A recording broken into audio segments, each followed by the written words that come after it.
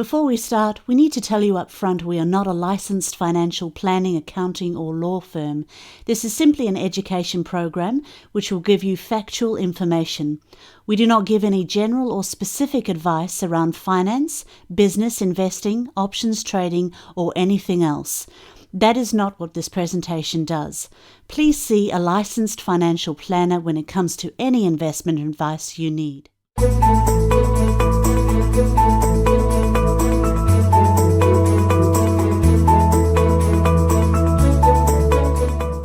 Now, to the finance show.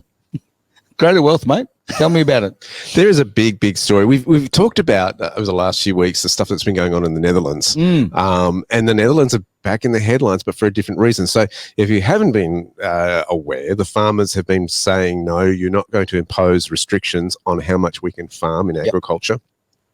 I didn't realise when I first came across the story the huge contribution the Netherlands actually makes to the food bowl of Europe and the world. It's huge. I mean, we've got to eat. What also is really interesting is that now they're caught in the middle. They do something so well that the nations of the world want the action. And what they do is they have a company called ASML, which is a semiconductor supply chain, which supplies the world with microchips and semiconductors, okay? Use the small words for me. Okay, yeah. It's huge. Now, they do it at a level above the rest, okay? Sure. And the cutting-edge chip-making machine is very has the attention of nations like China. Yes. And the United States, because he who controls the top microchips has military power. Obviously, yeah. Now, the US is concerned that according to CNBC, that if ASML ships the machines to China, this is the machines that make the semiconductors. Chip makers in the country could begin to manufacture the most advanced semiconductors in the world, and that has extensive military and advanced artificial intelligence applications. Right. So, in other words, you have the microchip, you have economic power, and you have military power. But if you have the machines that make the microchips, then you've got the next level where you have access to create those microchips. And this is what they're very concerned at from a security level. So there's so many layers to this. So put yourself in the aspect of, the big nations of the world. We want to be, we want Netherlands on our side, agreements with our agendas, et cetera. You've got that dynamic. Then you've got the dynamic of if you were the company that produces these machines that make the semiconductors, you're going, hey, we're popular. All right, fantastic. We're in demand here. However, there's politics involved now, and it's not just as simple as, well, we can produce them for your market, we can produce them for your market. So you would be going, if I put my business hat on, going, okay, you want our microchips and you want exclusive access to them, all right, this is going to put us out with the other nation, right? Yeah. So how are we going to be compensated? There's that negotiation power there. But you also have got to think of the ethical side of the level of this in terms of if we do a deal with this nation, what are the implications, not just for us, but around the world and our children and generations? There's so many layers to this story that it's just fascinating in terms of the politics involved, the power of what they produce is involved. It's fascinating. See, to me, I thought the best chips came from the kebab place downstairs. But I have to say they are bloody good. Very good, very good. My first thought is the Biden administration any better than Xi Jinping? And that's a great political comment.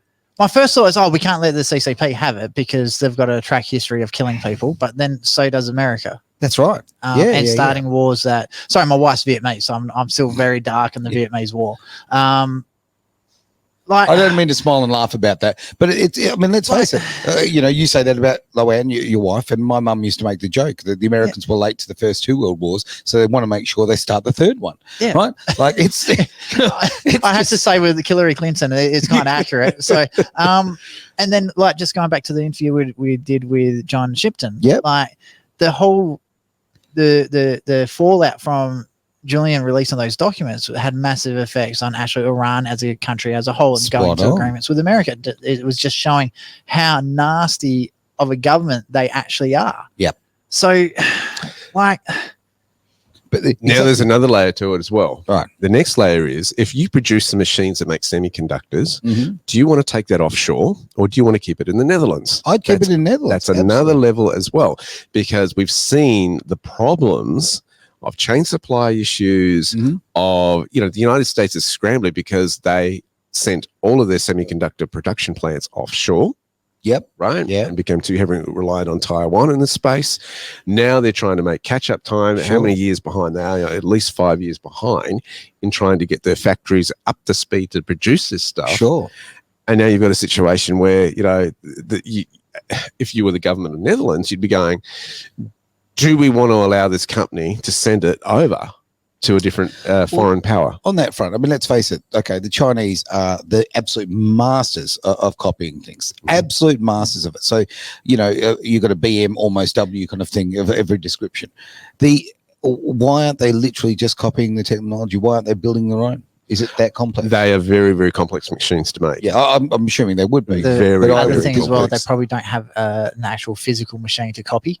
Sure. So they'd need to get the physical machine and copy. Yeah. It's actually kind of funny. If I was reading, one of our housemates used to be Chinese, and he was showing me. So this is Ricky. So he was showing me his visa application to get into China, and actually in the application there's terms and conditions and all that sort of stuff, and that says that they're allowed access to any technology that you have with you as you come into the country. So it's a condition on the visa. There you go. So it's. They've gone so far to actually legislate it. If you want to come into China, you have to give them access to your phone, your laptop, and all that sort of stuff. So my next question, just going back to what you were saying about should the Netherlands allow this company to export this technology, should a government be interfering with businesses to that extent? Well, we're seeing this with the big tech companies, aren't we? Right now, of government interference with certain organisations. It's come out today that New Zealanders had a portal to censor people. New Zealand government had access. Was it to Facebook or was it to Twitter? I can't remember which country. I'm pretty sure it was Twitter. But look, come on, leave Jacinta alone. Jacinta Ardern, she's a saint. I don't understand what the appeal is. I really don't understand. I mean, we've just seen what happened in Victoria with Dan Andrews. Yeah. What is wrong with voters? Well, seriously.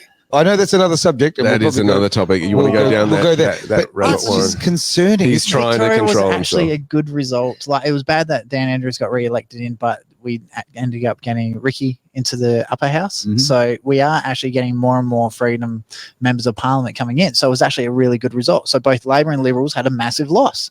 Everyone's going, Dan won. Yes, but have a look at the actual primary votes. People are changing. Yeah. Okay. Anyway, I will get to that subject a whole other time. We're doing a finance show. Let's do this. The silence is killing me. Pregnant pause. It is. Oh, I'll tell you what. Was it? About pregnant 8 months. Pause. Haven't you heard that term in radio? No. But I have to say, what was the name of this company again? ASML. I have to say, when you first said it, I thought you said ASMR. No, if I said it too quickly, it was ASML. I'm not going to do the Alpha Romeo thing. Please don't. Please don't. By the way, we've got Erica listening in. So hey, Erica. Erica, thanks for tuning in. Absolutely fantastic. All right, now go further on this, my friend, because otherwise we're going to go way off subject here. All right. Well, this is where it would be very, very difficult as a business owner, CEO of keeping countries. You've got three parties involved. You've got the politics of your own nation. Sure. You've got the politics of China. You've got the politics of the United States. And you think, well, why is China a big deal? Because China is a huge consumer of the second biggest economy in the world. So if you exclude them, plus all the exports that they do, you're limiting your market potential in terms of who wants your microchips. If the United States have exclusive access to it, it's just so politically driven here. But at the same time, that gives you a lot of negotiating power in that space. It's going to be interesting as technology, because it obviously moves so quickly, to keep ahead in terms of the innovation. And that's a challenge for any business out there, is you've got to continually be innovating what you do.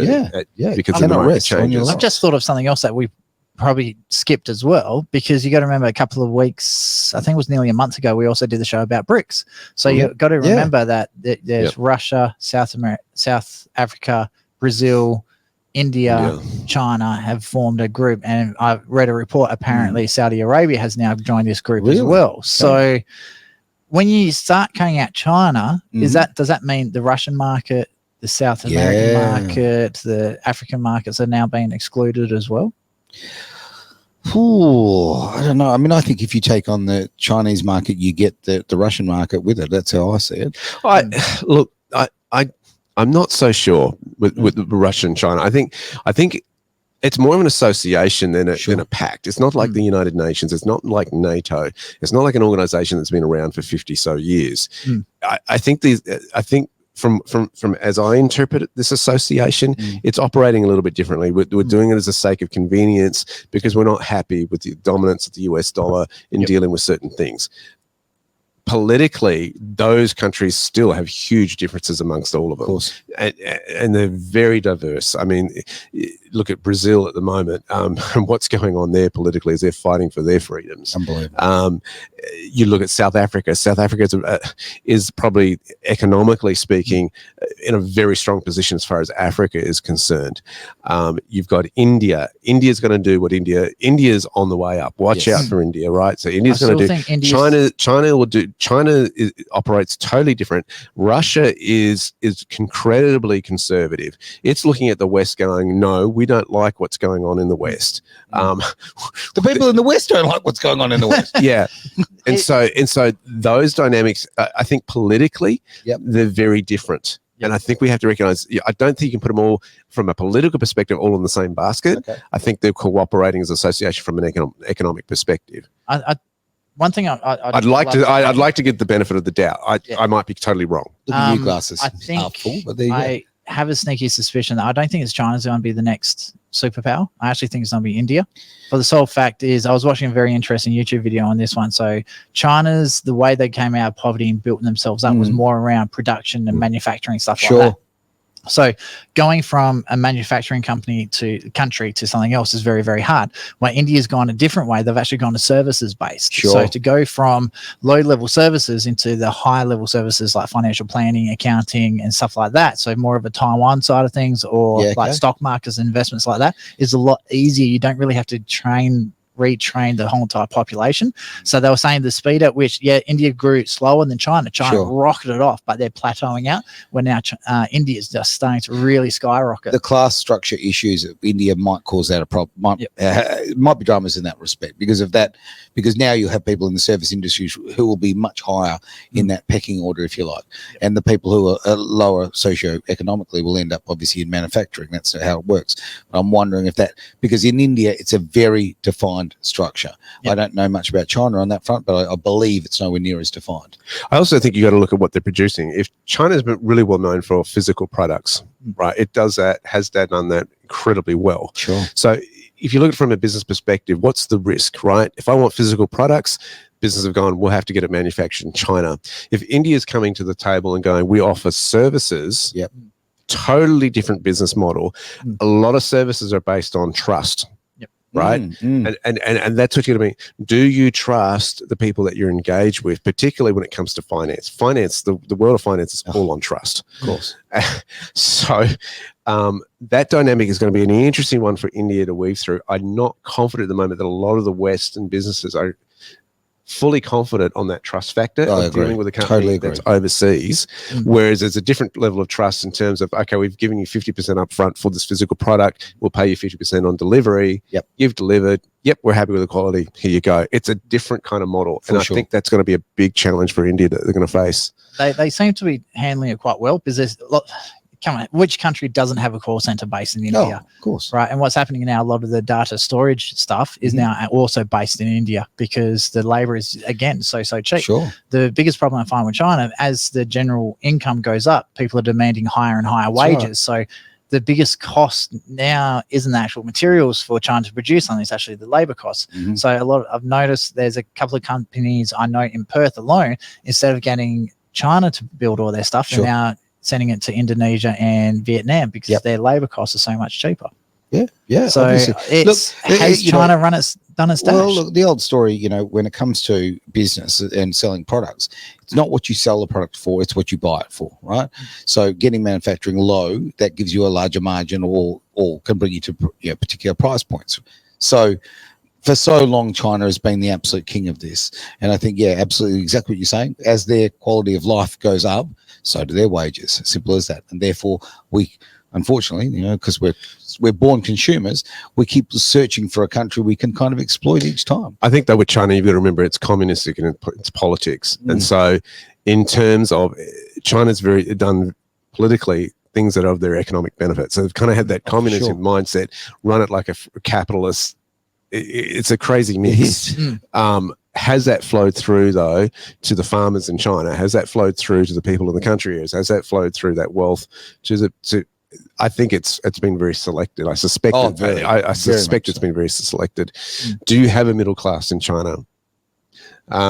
Look, their culture, their work ethic is huge. I look at Chinese migrants here, and boy, they work hard. They work hard, and they work together in their families and look after them.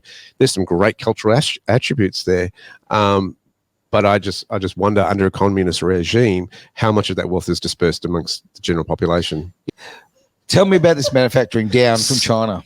So what's really, really interesting at the moment is that manufacturing orders from China are down 40%. That's huge. And this is interesting. So some time ago, we especially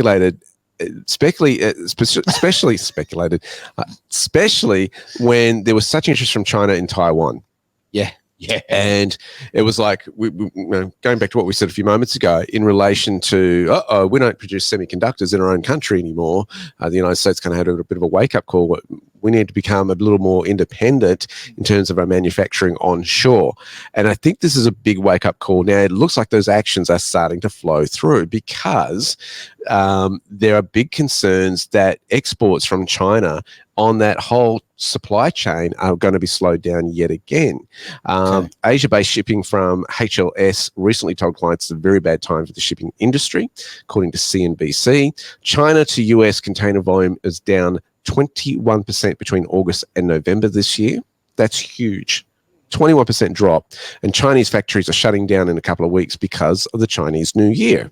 All right. Couple that, of course, they've had the big zero COVID policy, which, people can't work, they can't get out and actually do jobs. And this was the whole problem with the supply chain. Why things slowed down in 2020, because people were put into quarantine, isolation, whatever you call it, lockdown, prison. And you had these ships who had containers and they're offshore trying to deliver them. And there's a backlog coming through because the shipyards aren't offloading them. And it's costing them thousands upon thousands of dollars to stay just 200 meters offshore to try to unload your shipping containers. And then what was happening was there was a shortage of shipping containers because they said, we don't have time to let you empty them and then bring them back. We're out of here. And then the price of shipping containers went astronomically high. You get used to, a few years back, get shipping containers for about $3,500, depending if it was, a refrigerated one or not. And now they've gone over to $13,000 or so. Huge increase on the shipping containers. Now, what is fascinating is the other countries that are starting to work with the United States. Okay, why is this a big deal for Australia? Well, remember, United States is the biggest economy in the world. China's number 2. Okay, these big players are affecting what products you're getting for Christmas, as well as general goods that you might order on eBay or Amazon or whatever it might be. They are having issues of orders going through that. You want to get a full load on your ship to take it from A to B because it's costly to do so. So they're having to cancel this. Their schedules are all over the place. The costs of that now, of course, would increase because, you're getting mucked around so much. And the drop in manufacturing orders from the United States and the EU is also impacting Vietnam. Vietnam is an interesting player in this space. The trade is moving away from China. More countries are now going, as you highlighted, Vietnam seems to be attractive to many, many nations in relation to doing physical goods. 12,500 companies were closed per month in Vietnam. So there's a reduction in Vietnam. They're struggling a little bit. But what's happened is it seems to be a lot of things have opened up between the European Union and the United States, all right, from Europe trading with the United States, which makes sense because you've only got the Atlantic to cross there, okay? Yeah. So the costs are going to reduce as far as transportation are concerned. Is manufacturing going to follow? Well, have a look at it. The global trading map is being rapidly redrawn, I should say, with EU and the US. European manufacturers battling sky-high energy prices, inflation, that's playing into this, increasing exporting to investing in the US. But what's interesting is this year, the US has imported more goods from Europe than China, a big shift from the 2010s, according to Project 44. All right. Germany's exports to the United States alone were almost 50% higher in September year over year. Germany's mechanical engineering sector has just been boosted by almost 20% to the US in the year-by-year comparison, the first 9 months of 2022, according to Project 44. That's just phenomenal. And you're seeing these relationships start to change. People are going, oh, hang on a second. So it's great for Europe, you know, as it gives them a bit of hope with the Ukraine and Russian conflict going on, with inflation going on. One of the best ways to help beat recession is get people working and get those economies going. And so this is really changing the dynamic of, one, China and its relation to the rest of the world in terms of manufacture and export.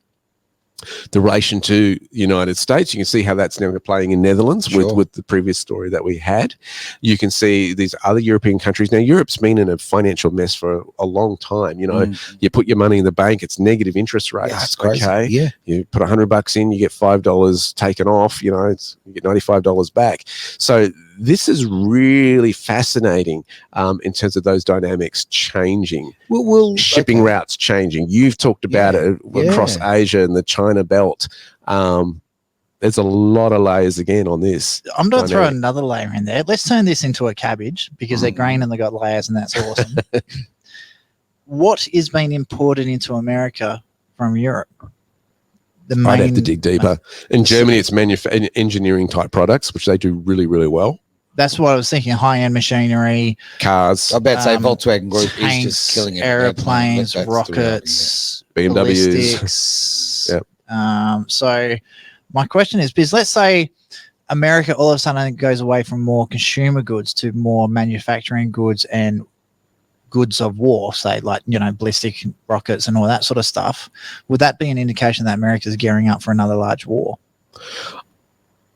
Not necessarily. It's probably, I think there's, any military has to upgrade its things. The United States actually released a huge bomber over the weekend. I don't know if you saw this. No, it's huge. They won't even tell you what color it is because they want to keep it secret from foreign empires as to what it is. But the Americans do things very dramatically. And I was watching the unveiling of this machine.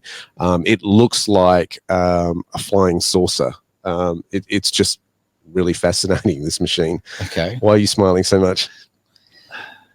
I can hear a lot of my mates who are conspiracy theorists going, I told you we had UFOs.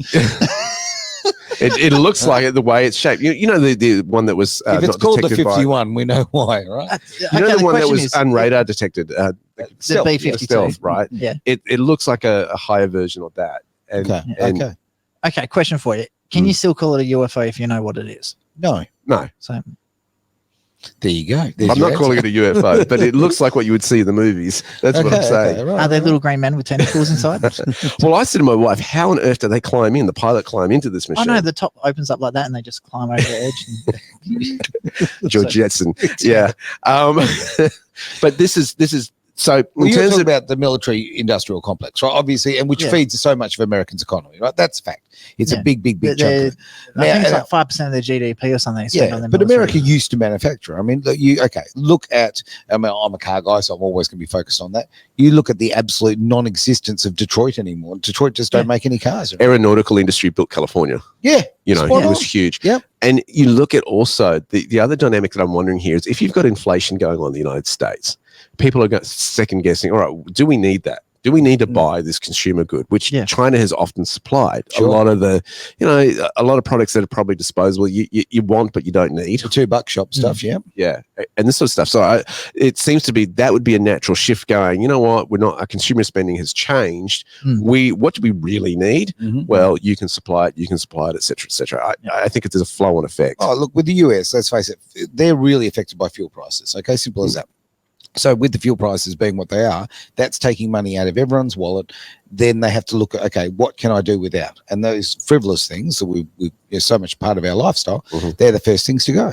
But yet they keep Chick-fil-A. Come on, it's awesome. I don't even know what you're talking about. It's like our chicken treat.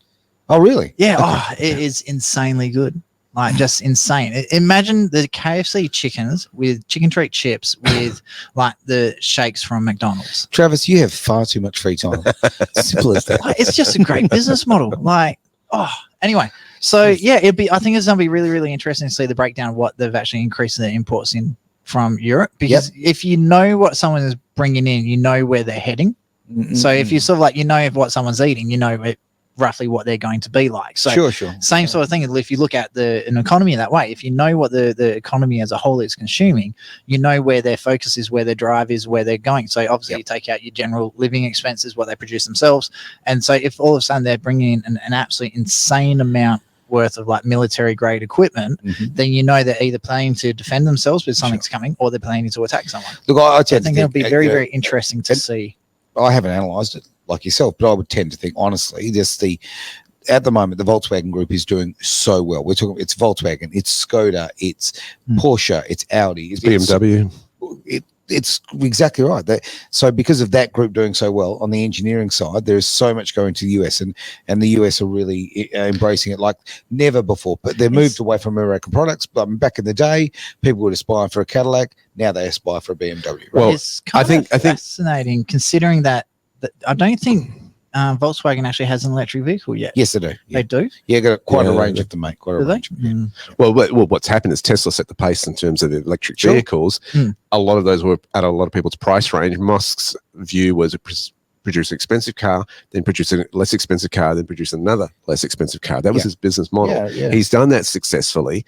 All the other car industry manufacturers are going, we've got to catch up with the EV. I think they're starting to see that filter through. People are going, you know what, now we're starting to get a variety if they're going to buy an electric vehicle. I know you've got ethical issues on pros and cons of that, but that's where things have headed. I haven't said nothing about killing kids yet. I want to ask this. I want to ask this. Have you noticed in your own personal expenditure, have things changed in the last 1 to 2 years? Have you reprioritized things? Have you noticed your consumer habits changed? You know what's changed my consumer spending? You. Have I? Yes. Damn you, Derek. Okay. No, I got to the pleasure of watching one of Derek's webinars. Right. Actually, it'd be close to 12 months ago. And that was my big eye-opening. So talking of courses, so Derek does run Blu Sky Factory, financial education program. So blueskyfactory.com. Nice. AU. And it has changed. I have seen a change in you. Yes. No, that's because my back's working now. Okay. Right. No, but you're right though. I mean, if you're really honest with yourself, you can look at. Well, I certainly can myself. My personal spending has changed. Right. Those things like I've mentioned before, things like Netflix subscriptions, stuff like that. That I think, why am I paying $15 a month? It's not a lot of money, but you go, why am I paying for something I don't use? Like literally, I know I've got a big fat button on the remote that says Netflix, but I press it and go, spend 30 minutes going, I hate it. It's virtue signaling left, right, and center. I don't want it. There's so many things that I now look at and I go, why am I buying this? Like seriously, why am I buying it? Why buy Netflix when you can use someone else's account? Because I've got ethics, but okay. Netflix doesn't. No, good point. Okay, so that's one area. Anything else that you've changed in your perspective? Because I'm really going through the whole thing of, I've done it before in the past, but I've gone to another level of, do I really need that? Yeah. And I'm really going, I want to buy assets more than I want to buy consumer goods. I've even upped my ante on that. Is this going to bring back a return? Is this a good place to park money? One thing I have noticed is we're moving away from how do I explain this? We don't buy many fruit and veg because we grow it all. Most of our backyard, well, besides the grass that the kids play on, everything in our backyard is edible. Right. So we don't actually spend a lot of money on veggies. Sure. So that's one thing we do. You got a marijuana plantation in the back? No. Mulberry bushes, lychees, longans, mango trees. Just thinking about the financial benefits. Okay. No, that's my uncle. No. Oh dear. Oh, dear. But it is true. We're looking at things too, and like exactly what you said. I mean, as I say, I'm looking at my assets. With my assets, I go, okay, is this really an asset or is it a liability? Okay, is this thing costing me too much? And am I gaining enough out of it? Is it paying its way? If it's not paying its way, I'm saying goodbye to it. And I think it's on a larger level. I think a lot of people are doing this. I mean, I was speaking to someone today who sold off even investment properties because they were so affected by the whole COVID lockdown, the mandates against the unvaccinated and this sort of stuff. They had, and it was like talking to a different person than I did 10 years ago. Well, we nearly did that. And people are reassessing what's really important, but also what do I need to survive? Right? If I can't get access to food, if I can't get access to goods and services like I have in the past, what do I really need? And I think there's a culling of the extremities of I don't really need this to what's really of value. Sure. And I wouldn't go as far as saying, well, some people have into the prepper mode, but I think there's this consciousness of that's creeping into society going, what's really important in life? I don't think that's a bad thing. I think that's a healthy benefit that's come out of COVID where people are reassessing that and going, what do we really need? Because we see a lot of it was just fluff and bubble. And it's really you put your money where your values are. And I think that realization of what are my real values, true values here, that's what I want to invest in.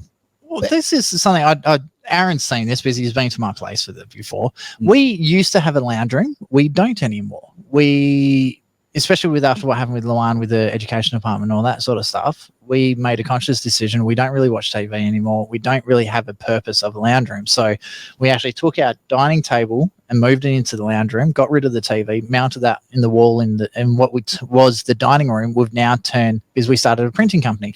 So the TV is now on the wall so we can see what we're printing up on the wall so we can see it in its full glory. And we now have 3 high-end printers in our dining room. But you're making productive use of your house, right? Okay. And you're not having to, we've got with here. We've hired premises. It's another expense, right? And if you can avoid that expense, whew, how good's that? It's just your place is too far away. It's right. Even further than here. EdgeRadioAustralia.com is where you'll find us right now. You'll find us on the couch doing the Greater Wealth. Got Derek Whittaker beside me, mate. Great, as always, to have you doing the Greater Wealth. Travis Katz here over there, mate, wearing the summer uniform. The way you say that's so high class, it's designer Katz here. Yeah, it really doesn't display how I actually really feel. It's all right. Pick on me. It's fine. The wife does it all the time. Exactly. She calls me fat. No, Luan does. But then again, she's also like 44 kilos. Right. And here's me at 92. So you're a tall guy. Yes. So anyway. Enough of your physicality. Let's talk about the show. So some interesting cryptic messages were coming out last week from the Federal Reserve. The Federal Reserve, if you don't know, is the central bank in the United States. And the chair, Jerome Powell, gave a speech talking about in case you haven't noticed, the Federal Reserve has been very aggressive in lifting interest rates. And they're doing this in an attempt to curb inflation in the United States, okay? And they're not just doing it, there was a 2-rate increase, like 0.5% of a point, and that's big. Normally it's done in quarters. There's going to be a rise, and they're just going, no, we're doing it. And I think it's been 3-4 different rises over 2021. I know I'm getting letters not daily, but every month. We got another rate increase. So our mortgage has gone from like $500 a fortnight to like $750 or something a fortnight. Right. It's really jacked up. Yeah. And that has a flow-on effect, of course, to Australia. A lot of the other banks that are smaller are doing the same thing. What he's saying now is that, look, they're having their big meeting this week in the United States. So the markets always anticipate what's going to happen there. And some are expecting it to lift its interest rates by 50 basis points just before Christmas. This is the last meeting for 2022. Really? All right. Which is big. I thought normally what they're trying to off. do, though, is he's indicated that there may be a slowing of the rate of the interest rates in terms of not coming out every month and doing this. And they want to just kind of pull back a little bit and observe what's the effect of what we're doing on the overall economy. Now, what you've got to remember is when they do this, it's kind of like a pipeline effect, right? So if you change, I don't know if you've ever done your the irrigation in your yard, you know, when you put the plugs in and do all those pipes, it takes a little while to turn the tap on and see the effect down the hose as the water flows through. I see why kind of that little story, but there we go. Yes, exactly. It's the same analogy in terms of the economy. You do something, and sometimes it can take a little while to see the flow-on effect of what's actually going on. Sure. I mean, we were talking about it ages ago. Countries are more sovereign. They be so reliant on China's exports. We're actually now seeing the flow-on effect of that occurring. Sure. With their industry and exports. Now it's kind of like the Federal Reserve's come out and said, we may not go as aggressive moving into 2023 as we have been. Okay. We're going to see the flow-on effect of this. Could I ask this then? If they're going to go up 2 basis points, right? Yeah. Correct? Okay, before Christmas. 50 basis points, yeah. 50, okay, sorry, right. Yeah. To actually, that is going to send a massive message for Christmas. That is basically, I would think it's going to say to people, stop spending for Christmas. Well, it's speculation. They always speculate how much will it increase. Will there be a rise or not? So we don't know until they actually announce it. Okay. So commentators are always doing this. Sure. And often it's, sometimes commentary can be doom and gloom and it's not actually as bad. Sometimes that kind of information gets out there and then it kind of softens the blow when there is an increase. Well, we were expecting 50 basis points. It's only 25. It kind of can soften the blow. So you've got to remember that those players are going on sometimes in the release of information. But Bank of America is projecting the terminal rate to reach a range of 5 to 5.25%, according to Yahoo Finance. And it's this slower pace. People are looking at, will we get into a period of economic stagnation? Can we bring that interest rate down to the 2 to 3% interest rate? That's where they ideally want inflation to be as a target, 2 to 3%. And that's what they want to kind of curve back into the market. What I think drove a lot of it coming out of COVID was the housing market in the United States. People going, we want to move to the country. We want to get out of the city. You had a mass exodus in places like New York, that kind of thing, of feeling like you're in a prison cell and lockdowns. We want to get out. And you're paying high rent to stay in that prison cell, apartment, and can't get out. So I think that's what pushed a lot of the market in the United States. The US, I think we're still going to see a lot happen before Christmas. Watch this space. Absolutely. Particularly on the political front. And bearing in mind, what does that do for finance? Well, politics, economy, and interest rates are the 3 factors that affect the stock market. They're directly related. We can't separate politics from economics. And I think a lot of what's going to happen in America, big questions going on with the elections and all this stuff. Trump's message out on socials was just fascinating. What he said about the United States in relation to, if this is the case, if there's something as fraudulent happened in our election, this is beyond the Constitution. Our founding fathers would not have agreed with this. This trumps the power of the presidency in relation to the Biden administration. This is not going to go away. No. And I think watch that space. I think a lot's going to happen before Christmas. On that front, though, I mean, look, a lot of news agencies back things off through the holidays. Obviously, the staff go on holidays, all kind of carry on. I mean, look, in Western Australia, it comes Friday at 3:00 and the media goes to sleep, right? Yeah. Yeah, isn't that about the 15th of December and doesn't wake up until like February? Basically, yeah, pretty much, yeah. I think it's going to be, people are out of jobs. You see the job cuts in CNN at the moment. Sure. Yeah, it's enjoyable. I'm loving it. Okay. Right. This is a shake-up, guys, that is beyond just economics. Okay. Yeah. We're seeing so much of this is interwoven and interrelated, right? Sure. Hollywood and how integrated is in politics, what's going on there is coming to surface. We're seeing the kickback in terms of the truth coming out of Twitter, in terms of nations that had portals onto social media. See, all of this is integrated. It's all related. As I've said to you months before, things are going to get darker and worse before they get better. Yeah. Something we were talking about. The Great Renovation. Yeah, the Great Renovation is overtaking the Great Reset. I just had to put that in. I love it. But something we were talking about, though, was something we were talking about in the break. This is real. We have a video that's very, very successful at the moment on YouTube, right? And I'm And I'm watching. It's hilarious. Hang on. It's not hilarious because it's very serious. It shows how the censorship works, right? Now, the video goes, there's a particular marker where it basically then explodes on the algorithm and goes to the next level, right?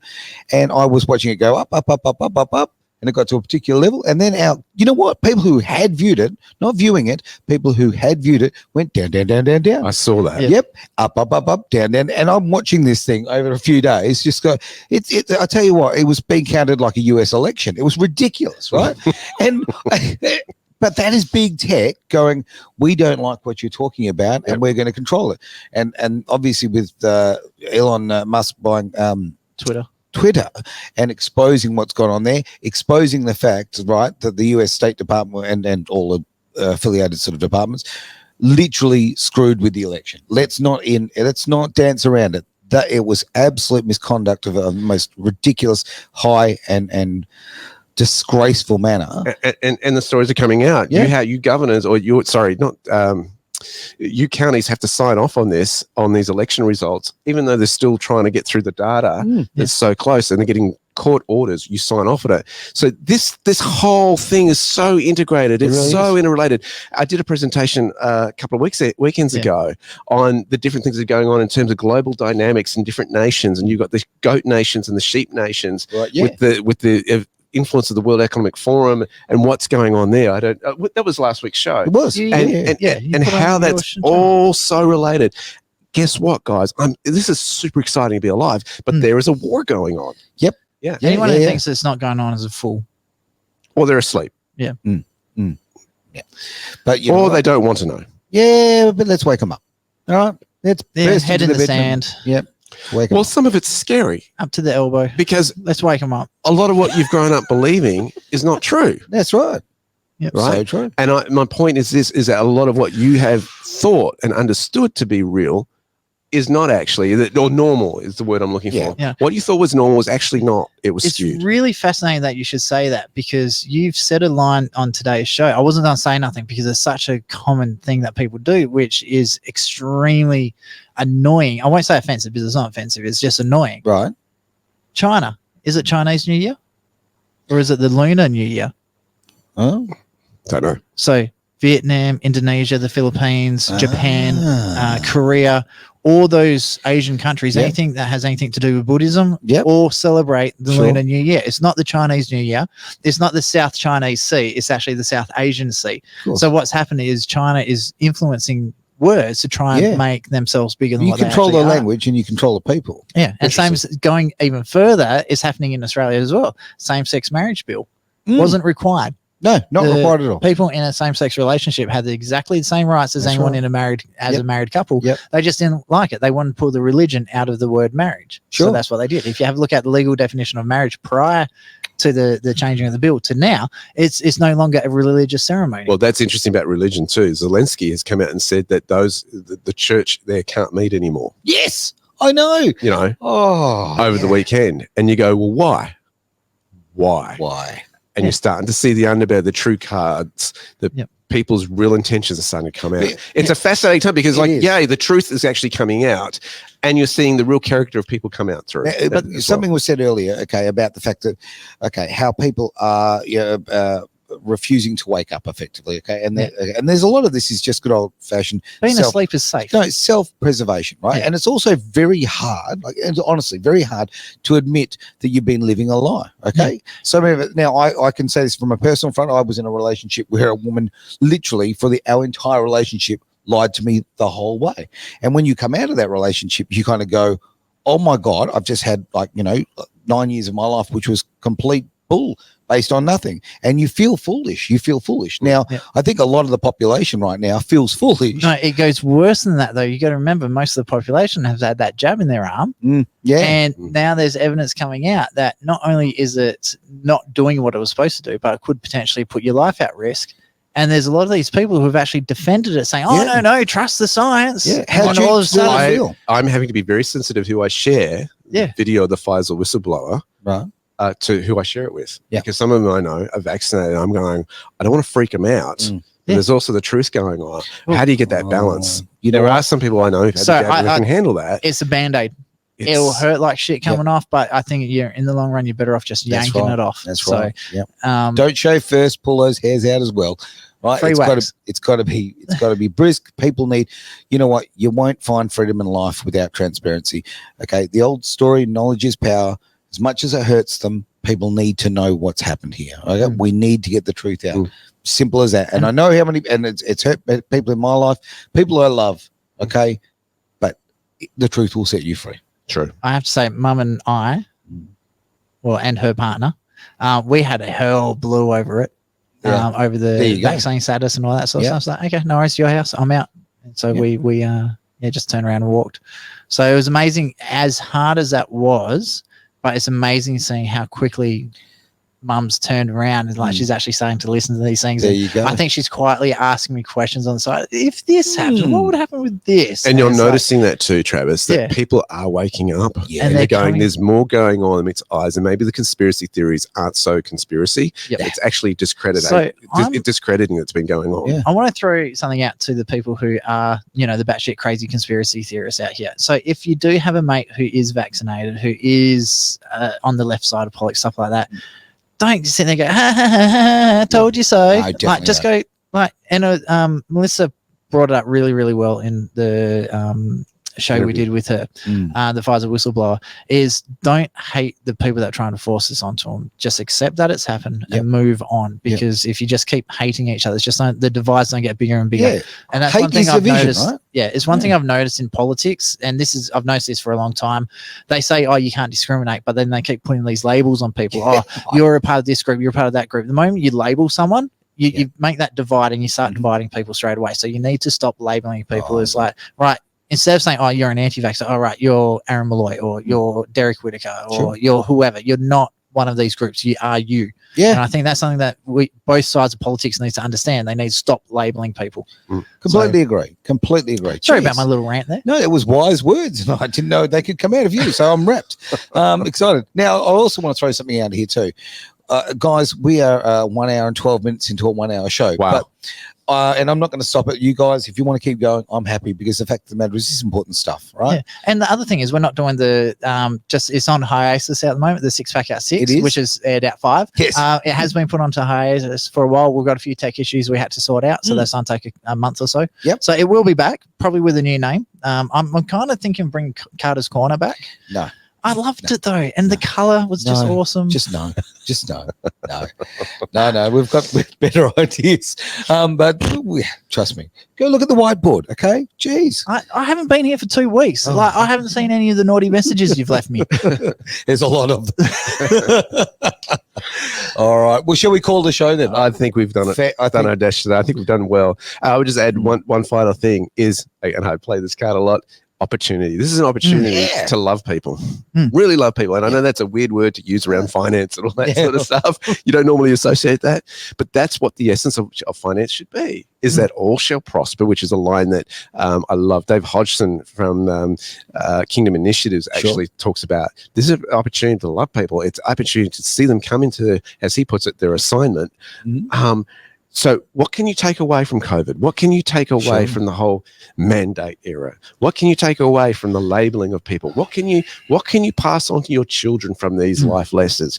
These are the questions I think I'm going to pass on something from my life. I basically was helping a mate out with he was storing his race car at my house for the last few months.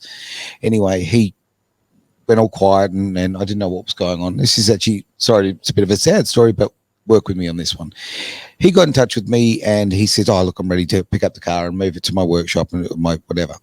Anyway, the reason why he's moving it is so he can work on the car and have it all in the same place with his dad's car, because his dad just passed away. A very healthy man who I've met and I know, who was whatever, just died suddenly, right? And anyway, watching this young guy in his 20s and then the hurt in his eyes, and like he's, when people are fighting, especially guys fighting, holding back the tears because they don't want to show that emotion. And we're car guys, so we're tough, right? And I just said, mate, take that car, go work on your dad's Mustang. All right, spend the time. You're not with your dad physically, but when you work on that car, you'll have that connection with him, right? and the money and so forth is going to rebuild that car, and that's something that you're going to share with your dad, even though he's physically not here anymore. Love and finance, no, they're not bedfellows, but the fact is those happy tickets can